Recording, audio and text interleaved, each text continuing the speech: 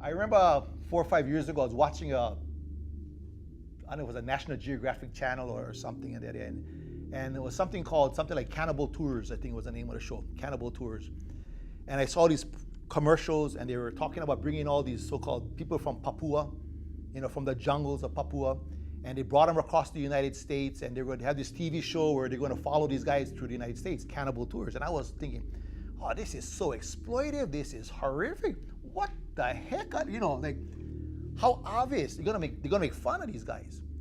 But what was so astounding about the show, it was actually a total reversal. So Cannibal Tours, taking these Papua people, and I remember the first episode that I saw stunned me in the sense that they visited New York City, right? The show kind of has this premise like you're gonna bring these wild, savage cannibals, these so-called civilized people from Papua, and you're gonna bring them to New York, the center of civilization.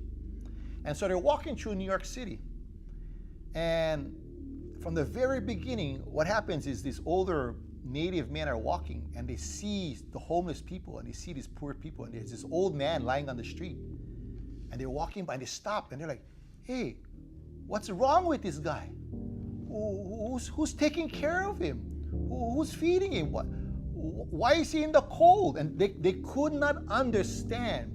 And they kept on saying, but you have all these buildings here. You have all this food. I mean, this guy is starving. He's under. But the whole premise flipped at that moment because what it showed was they were not the uncivilized.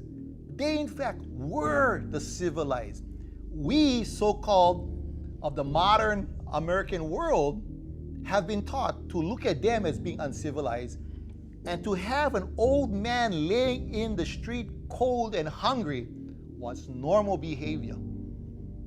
See, we being trapped to think that there's not other ways of seeing democracy, like there's not other ways of being so-called civilized, that in the United States, to have an old man in the cold lying on the street, starving while their homes and surrounded by buildings and just being left there, that is uncivilized. Because what has happened in Hawaii, we don't come from a people that had ever allowed any person to be treated in that way.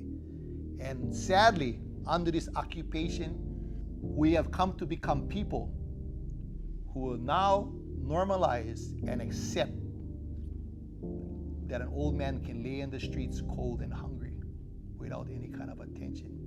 So the question, of course, really is, well, who therefore is so-called civilized?